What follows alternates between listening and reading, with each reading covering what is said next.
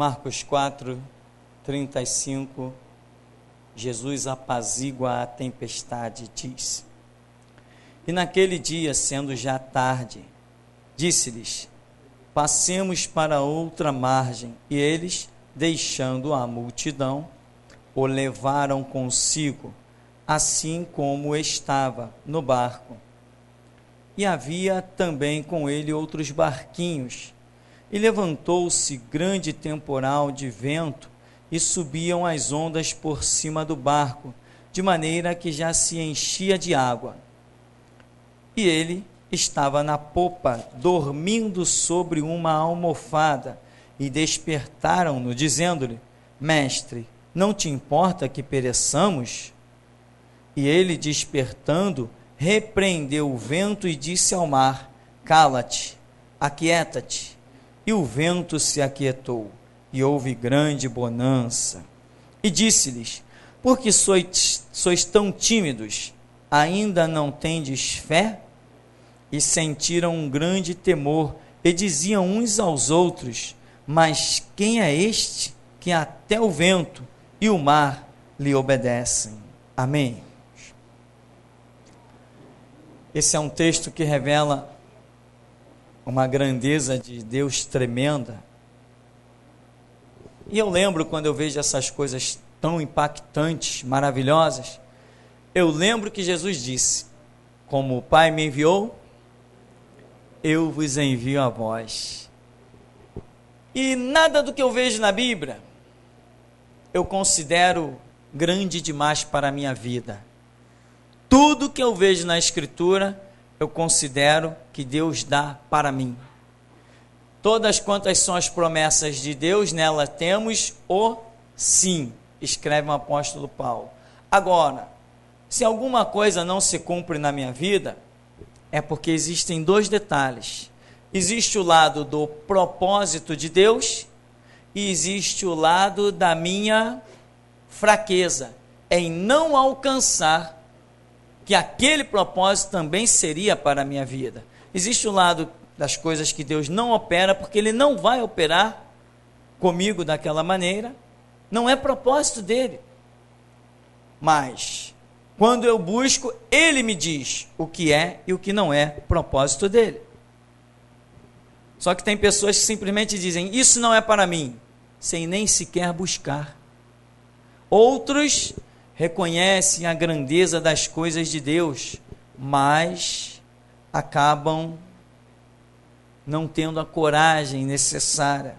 Entra a timidez, a covardia, o medo, o comodismo da sua vida pessoal, costuma falar mais alto. Como, por exemplo, encontrei no centro da cidade uma pessoa que esteve aqui várias vezes, culto, seminário, e que disse: não, eu soube da sua prisão, mas eu já estava dizendo para algumas pessoas que o ministério lá não é para mim não, porque a coisa é muito forte. E quando eu peguei o seu jornal, com a notícia, o jornal com a notícia que você estava preso, eu já procurei logo algumas pessoas e falei: tá vendo, eu não disse que qualquer hora ia acabar, se a gente tivesse indo lá, a gente ia acabar preso também e tal. Ou seja, demonstrou o seu medo, a sua covardia, né? Negligenciando a palavra de Deus que diz: todas as coisas cooperam juntamente para o bem dos que amam a Deus. Sejam fornalhas, covas de leões, prisões, mentiras, calúnias, difamações, tudo coopera para o bem dos que amam a Deus. Você ama a Deus, irmão? Então, se você passar na esquina e ver o seu quadro pintado com 2 chifres, é para o seu bem. Isto é tremendo. Isso é tremendo, irmão. Quando eu vejo alguém falando mal de mim, em que Deus mostra que está tudo errado, eu só procuro olhar para dentro do meu coração e perguntar para mim mesmo: eu amo a Deus?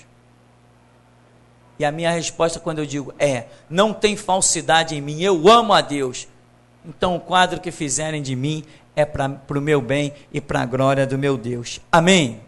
Porque nenhum dos seus planos podem ser frustrados. Então, a pessoa demonstrava o seu medo, o seu pavor em pisar nesse ministério com cada coisa que eu pregava, porque ela dizia, a qualquer momento pode sair todo mundo preso. Então, quando ele viu a notícia no jornal, foi lá, tá vendo, tá vendo, tá vendo?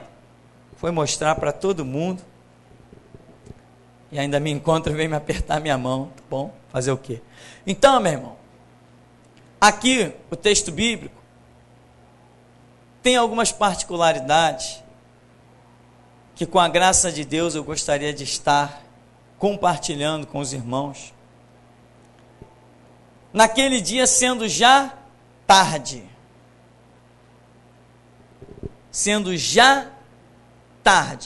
o que dá a ideia de alguma coisa ser tarde? Tipo assim, meio que a hora avançada, né? Ou um propósito que deveria ter se cumprido antes, só foi se cumprir depois. Alguma coisa assim, é tarde. Aqui não está simplesmente dizendo que era a tarde, passou de meio-dia, é tarde. Não, aqui dá a entender que é uma hora já avançada, sendo já tarde. Disse-lhes, passemos para outra margem, ou seja, vamos fazer uma mudança completa. Vamos atravessar as águas, vamos atravessar este mar e vamos para o outro lado. Ou seja, essa multidão que está aqui, nós vamos deixá-la aqui, não vamos mais tratar com essa multidão. Tem multidão lá no outro lado do lago, na margem lá do lago de Genazaré, é para lá que nós vamos. Ou seja, vamos mudar completamente a nossa ação agora. Não vamos tratar com este povo que vamos deixar aqui. Vamos em busca de outros conceitos, outros ideais, outras vidas talvez, não sei. Mas demonstra uma mudança radical, né? Você está na borda de um lago, que é o caso desse grande mar chamado Mar da Galileia, era uma lagoa gigante, e você mudar para outro. Aí diz, e eles, deixando a multidão, o levaram consigo, assim como estava no barco, e havia também com ele outros barquinhos. As outras passagens, tanto de Mateus quanto de Lucas, vai dizer que Jesus está ali e vira para eles, vamos para outra margem. Está todo mundo dentro do barco.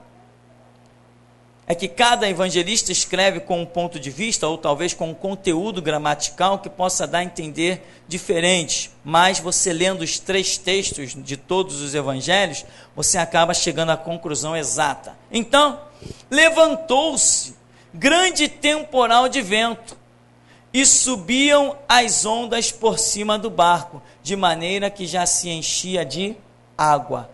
Antes que Jesus chegasse à outra margem, a tempestade se levantou.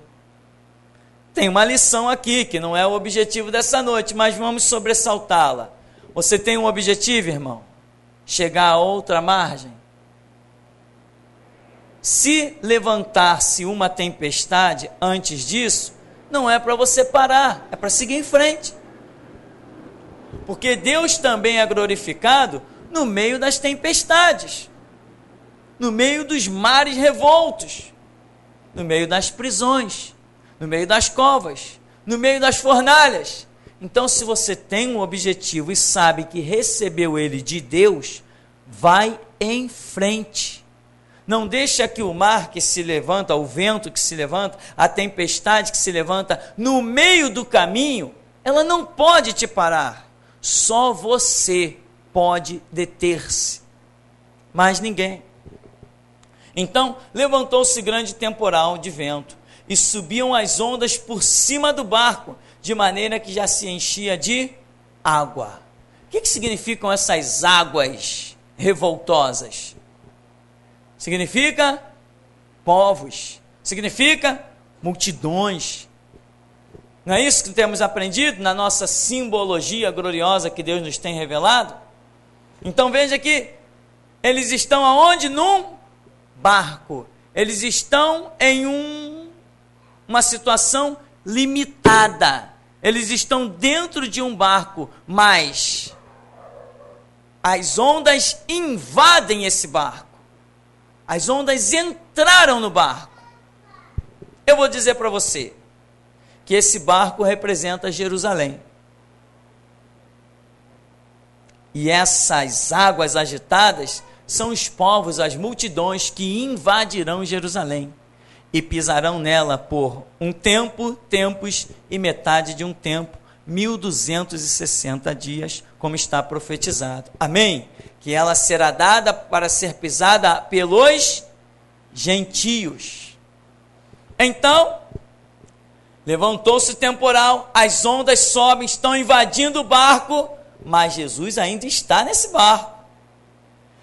Se enchia de água, enfim, e ele estava na polpa, dormindo na polpa, sobre uma almofada, e despertaram, quer dizer, quando viram que os povos estão invadindo Jerusalém, ou melhor, digo, quando viram que as águas estão invadindo o barco, clamaram: Senhor, não se te dá que pereçamos, socorre-nos.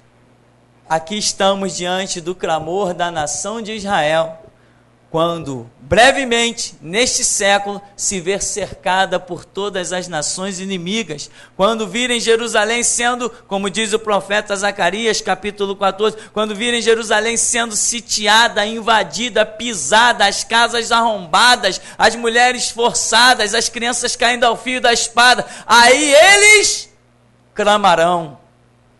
Então aqui está Jesus já deixando, nessa situação permitida por Deus, deixando a história todinha aqui, e ele está dormindo. Ora, para os judeus hoje, cadê Jesus? É como se estivesse dormindo, ou morto. Na verdade, que eles se preocuparam em levar adiante a notícia mentirosa, de que Jesus não tinha ressuscitado, estava morto, os seus discípulos roubaram seu corpo. Para os judeus hoje é como Jesus dormindo. Eles estão esperando por um Messias controverso, um Messias que não virá nunca, do modo que eles estão esperando, não. Por isso que nós estamos já pregando para eles, para que eles possam clamar pelo Messias correto, e esse Messias vir e os livrar, porque Deus não aceita um culto irracional. Então não adianta judeu nenhum clamar, vai clamar e vai ser pisado pelo diabo. Tem que clamar o nosso Jesus. Se não reconhecer o nosso, o Jesus da igreja, meu Deus, nós temos uma responsabilidade muito grande, e eu sinto o peso dela nos meus ombros. Por isso que eu digo, posso ir sozinho, mas eu vou. Israel vai precisar conhecer uma igreja verdadeira para poder clamar pelo Messias verdadeiro. É responsabilidade nossa.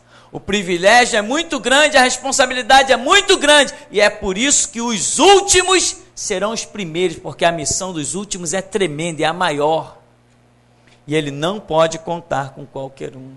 Israel vai ter que conhecer uma igreja verdadeira para poder identificar o Messias verdadeiro. Israel não pode conhecer uma igreja cujo Messias é um político, ou tenha homens no Congresso. Israel terá que clamar por um Messias puro, e só nós, geração Jesus Cristo, temos para apresentar.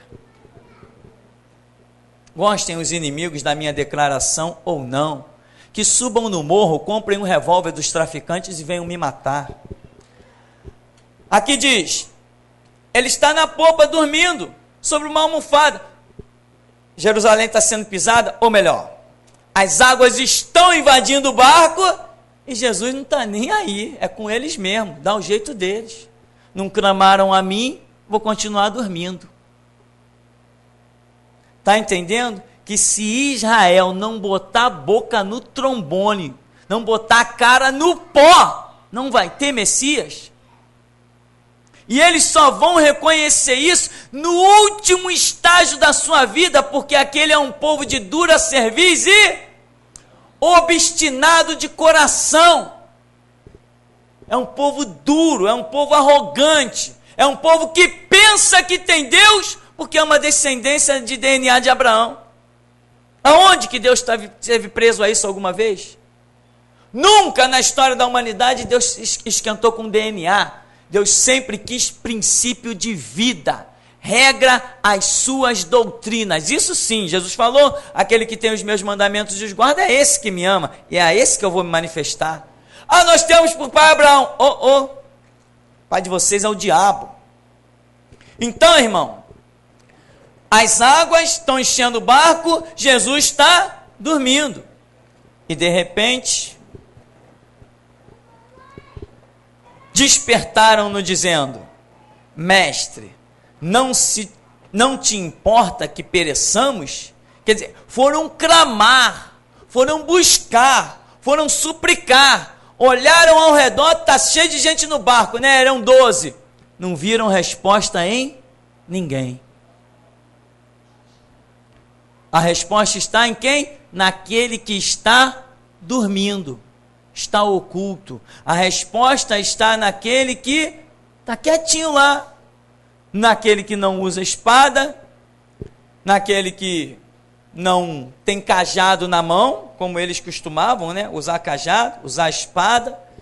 E eles viram que, onde está a resposta? Mestre! Assim, Jerusalém estará sitiada pelos exércitos inimigos, e Israel vai reconhecer que o seu socorro tem que vir do Senhor, que fez os céus e a terra. Por isso diz aquele salmo: eleva os olhos para os montes, o meu socorro vem do Senhor. Por que eles elevam os olhos para os montes? Porque Jesus Cristo disse assim: quando vocês verem essas coisas, foge para os montes. Sabe por que eles vão elevar os olhos para os montes? Porque vai ser a única coisa que vai restar para eles, a fuga pelos montes. Aí vão clamar: eleva os olhos para os montes, mas o socorro não vem dos montes, o socorro vem do Senhor que fez os céus e a terra. Que Senhor é esse? O que nós vamos pregar para Israel. Essa mensagem pode ir para o ouve, ó Israel. Então, aqui continua dizendo: clamaram, não se importa que pereçamos? Me importo. Jesus se levanta: eu me importo que vocês estão perecendo, mas quer socorro? Tem que clamar. Agora vamos atravessar o mar e vamos para outra margem, vamos falar com a igreja. Irmão, quer socorro? Tem que clamar, irmão. Tem que buscar, tem que bater a face, tem que bater na porta, tem que buscar a face do Senhor. Se você não clama, se você não busca, sabe o que teu Jesus está fazendo? Está dormindo. Tem que entender isso, é o beabá do Evangelho.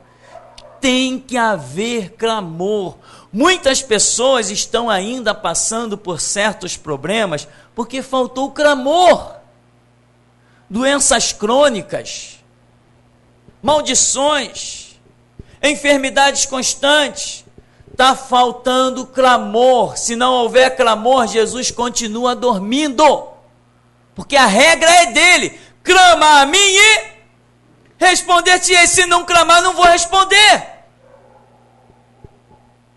É básico, irmão, básico e poderoso.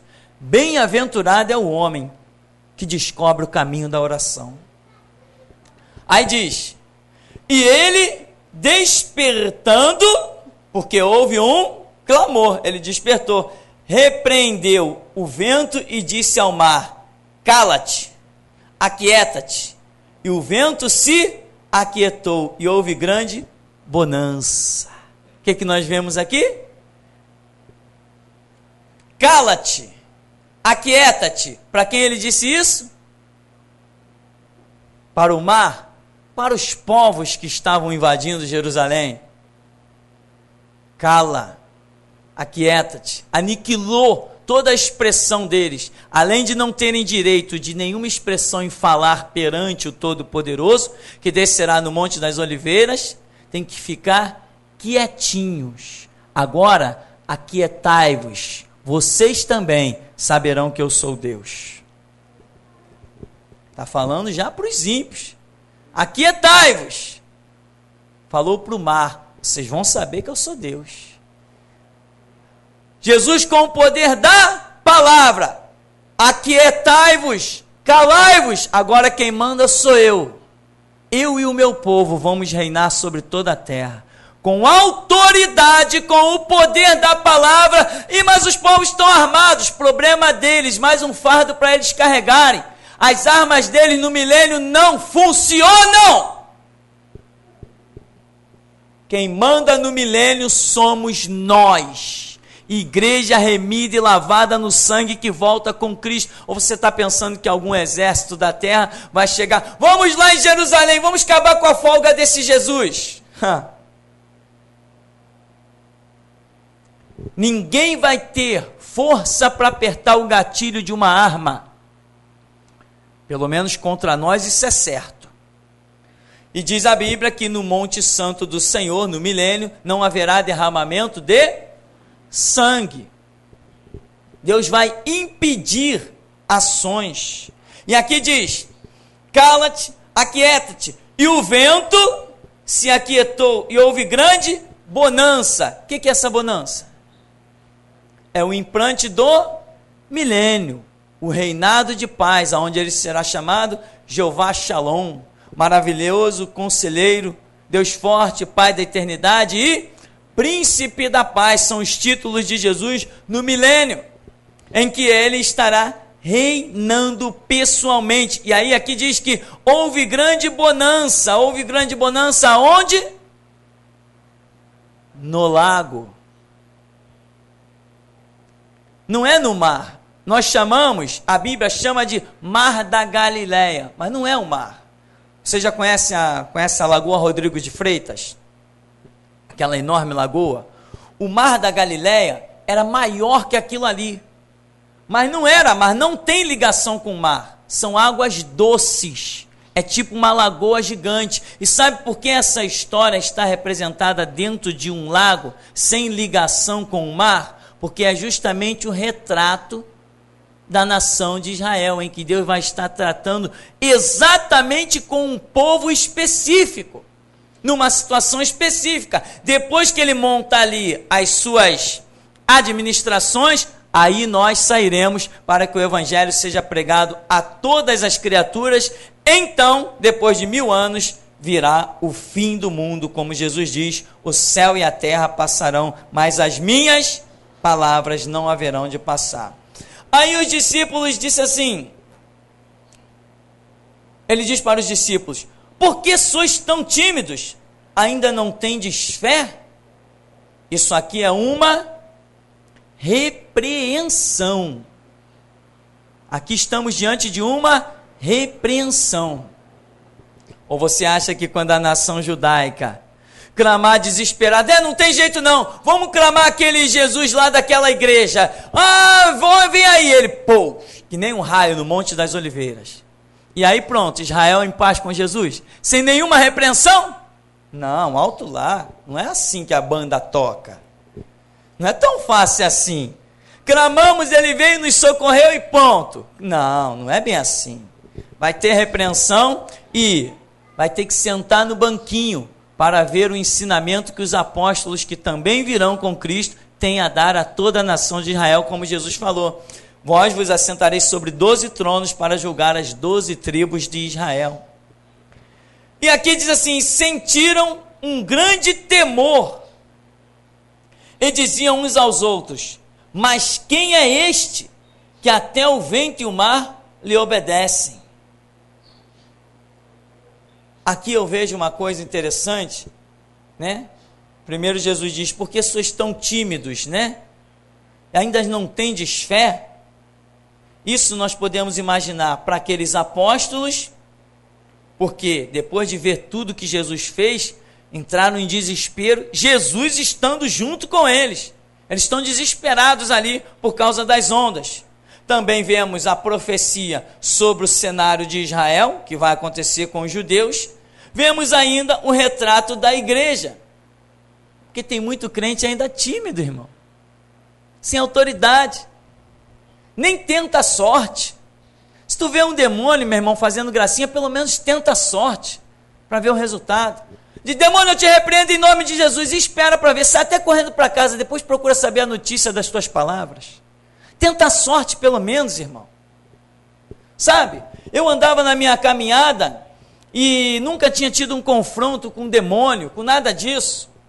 Via pessoas expulsarem demônio, mas eu nunca tive esse confronto. E um dia eu disse assim: Senhor, eu estou lendo a tua palavra, eu creio em ti, eu creio na Bíblia. Me dá uma experiência aí com o diabo.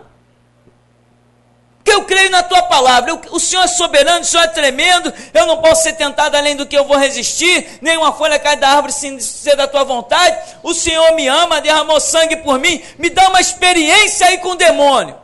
Meu irmão, não demorou muito, eu estava passando por um endemoniado, um monte de gente lá cercando, rodeando, um bafafá, e eu cheguei: demônio, mão para trás, e o demônio me obedeceu.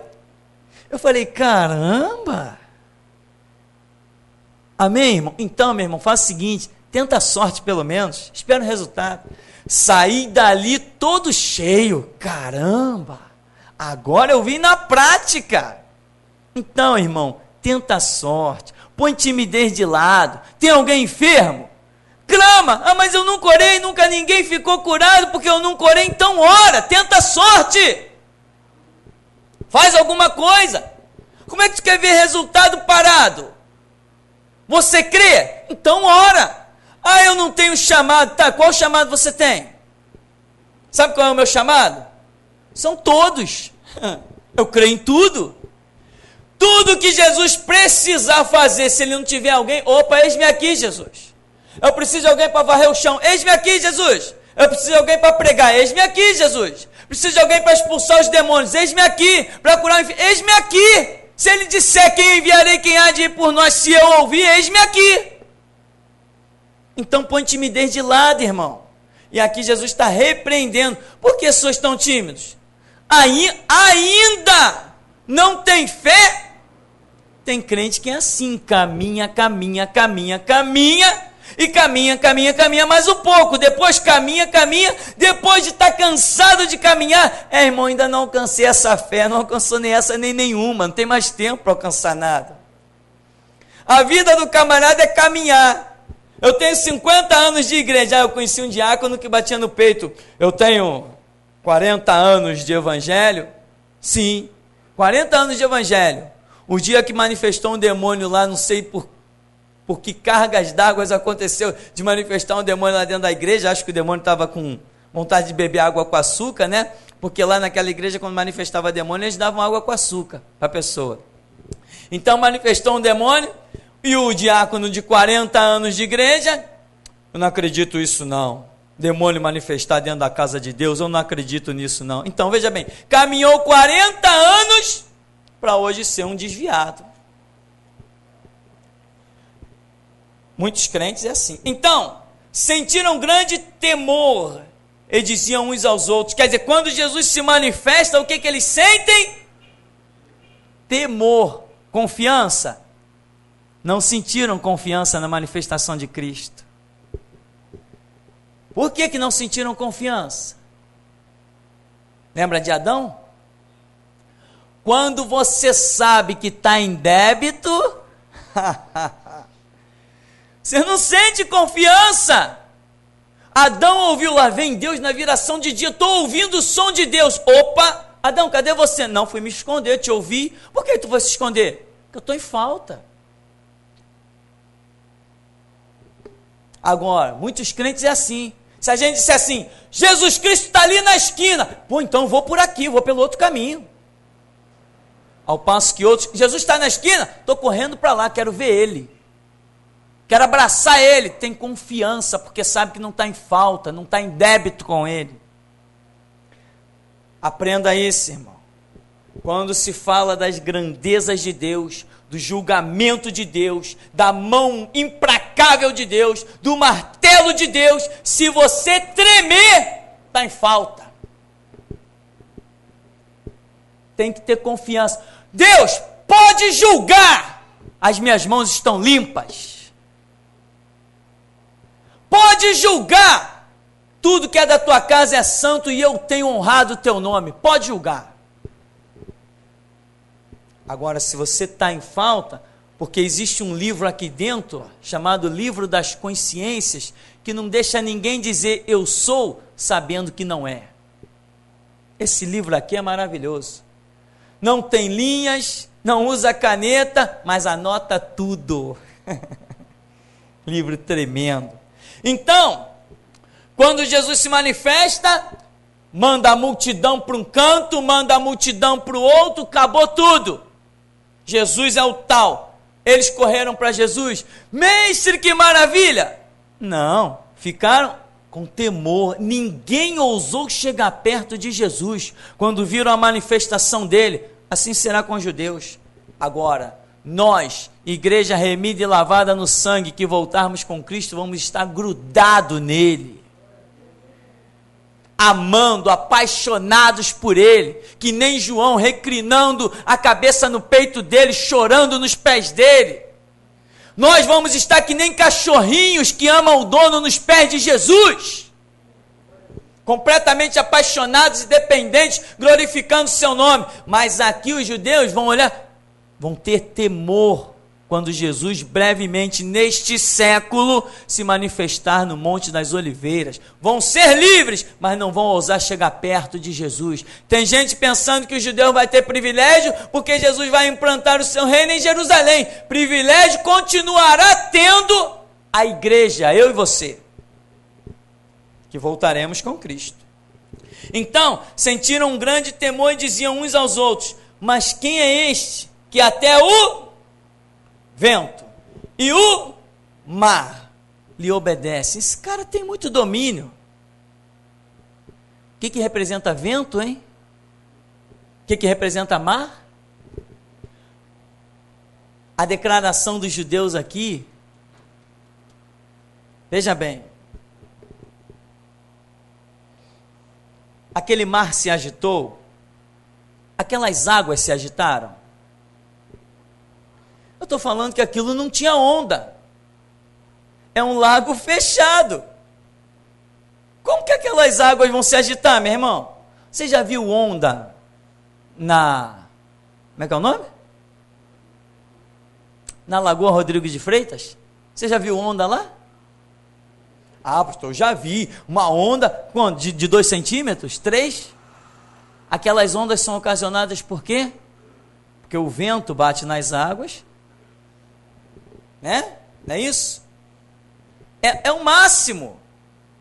Pode botar o seu barco ali, os clubes de regata que tem por aí, leva suas canoas para lá e treinam seus atletas lá. Não tem onda. E aqui o mar de Genazaré? Também não tem onda. O que proporcionou as ondas? A agitação das águas? Foram ventos. E vento é um mover espiritual, é um mover sobrenatural.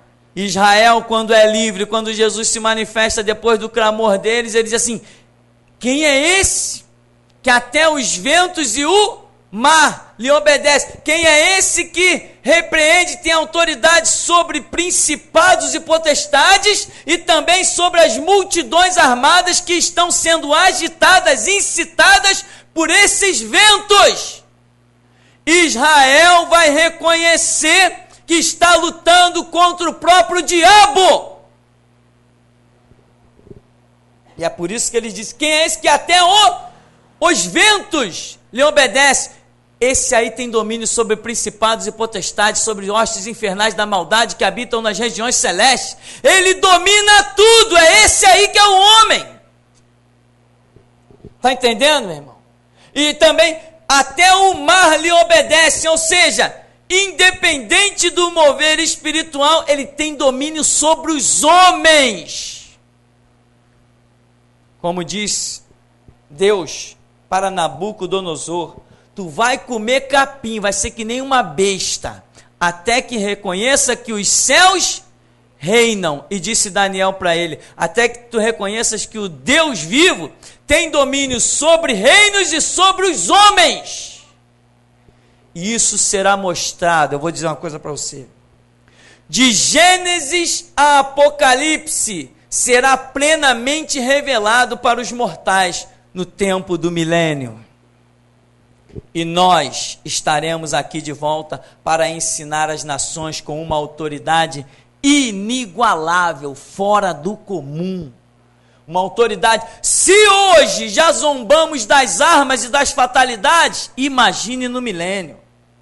Mas aqui você vê um reconhecimento deles. Estão atemorizados e reconhece que ele tem domínio sobre os ventos, sobre as forças espirituais da maldade que habitam nas regiões celestes. Mas também ele tem domínio sobre o mar, que é a representação dos povos agitados, tanto politicamente quanto os seus exércitos. Então eles reconhecem que Jesus tem domínio sobre tudo, sobre os reinos espirituais e sobre os reinos terrenos. E agora Jesus vem e implanta o seu reino espiritual e terreno, nesse período de 1000 anos. Agora, irmão, só uma coisa para nós concluirmos. Diz que sentiram grande temor e diziam uns aos outros: mas quem é este? Quem é este? E aí eu já não quero falar de Israel, já chega de falar de Israel. Quero falar da gente. Tem muita gente ainda perguntando: quem é Jesus? Quem será Jesus? Às vezes você vê crente depois de 15 anos de Bíblia na mão e frequentar a igreja, não se sabe o que o camarada foi fazer dentro da igreja, nem se sabe para que ele tem uma Bíblia na mão. Não, aqui diz, né? Mas não sei se vai ser bem assim, né? Não sei bem como é que vai ser isso, né? Eu leio a Bíblia, mas quem é que pode interpretar a Bíblia, né? Não, porque a Bíblia já passou por muitas traduções, né? Muitas gráficas já fizeram. O homem já mexeu muito aqui na Escritura, na Bíblia. É um panaca, né? O homem pode mexer na Bíblia, pode arrancar até as páginas dela. O Deus que eu conheço é um Deus pessoal, de intimidade.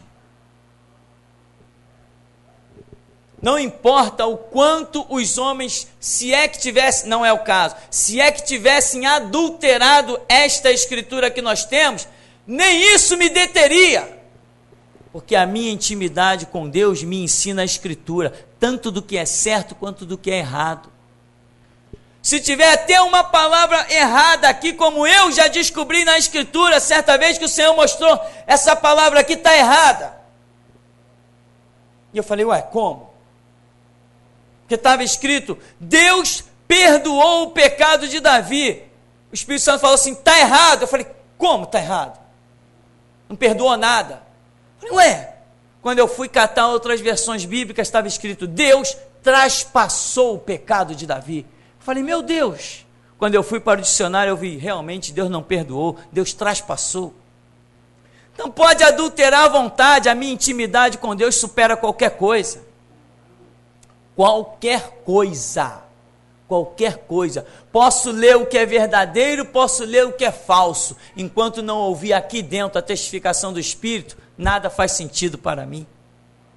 Então tem uns crentes aí panaca, depois de 20 anos de igreja: não sei. Espera mais um pouquinho que vai ver se vai saber alguma coisa. Então, diziam, mas quem é este? Irmão, nós sabemos quem é ele e acabou a história. Nós sabemos quem é o nosso Deus. Conhecemos ele na intimidade da oração. Sabemos que aquela enfermidade que tínhamos que sumiu foi ele que curou. Sabemos que aquela autoridade, aqueles livramentos foi ele que deu. O entendimento, a revelação, as operações foi ele que deu. E nós temos que ser muito convictos para poder anunciar a Israel um Messias puro, sem mancha, sem dúvida. Israel verá a nossa convicção de tal maneira que vai tremer. Nós não só colocaremos ciúme em Israel, mas faremos eles estremecerem com a nossa confissão.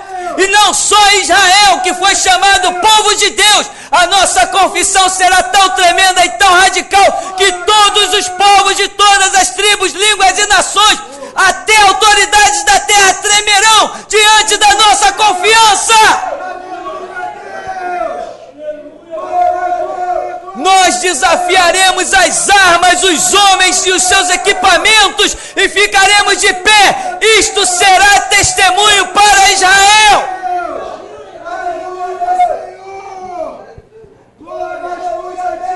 Não estamos brincando de evangelho. Temos nos banhado no sangue de Jesus Cristo. E o nosso desejo é misturar o nosso sangue com o dele. Então, meu irmão, quem é este? Tem muito crente ainda como cego, apalpando para sentir na digital. Comigo não tem isso. Eu não pergunto, Senhor, quem tu és. Eu sei logo que ele pode tudo e arrebenta com tudo. Se alguém ficar na frente dele, ele nem enxerga, ele continua a caminhada, pisoteia tudo. Os seus pés são como latão reluzente, refinado 7 vezes na fornalha. Ele é o onipotente, não tem nada que o detenha. Então, meu irmão, afasta essa história de quem é Deus. Se tranca num quarto, ou vai para o meio da floresta, ou sobe um monte, mas acaba com essa interrogação de uma vez por todas. Senão você não vai servir para o propósito de Deus no final dos tempos. Deus não está recrutando mais gente com dúvida, só está recrutando gente convicta, certa de que o viver é Cristo, morrer é lucro. Se não estiver enquadrado em Apocalipse 12:11, para vencer pelo sangue do Cordeiro e pela palavra do testemunho, sem amar a própria vida até a morte, se não estiver enquadrado aí, está fora. Porque para testemunhar para Israel e para fazer abalar as nações como nós faremos, tem que ter convicção. Não adianta esse papo de quem é este que até o mar e o vento lhe obedece? Quem é esse conversa fiada? Eu sei quem é esse. Estou pronto a ensinar a qualquer que queira aprender o caminho que leva a Deus. Eu conheço ele. Quem não quiser, não estou nem aí também. Mas quem quiser, eu disponho do meu tempo para livrar alguns do fogo eterno. Então, meu irmão, este é o recado final. A história foi invertida. Eu comecei com Israel, terminei com a igreja. Mas a igreja tem que estar firme para nós podermos chegar a Israel. Então, que o Senhor nos abençoe em nome de Jesus.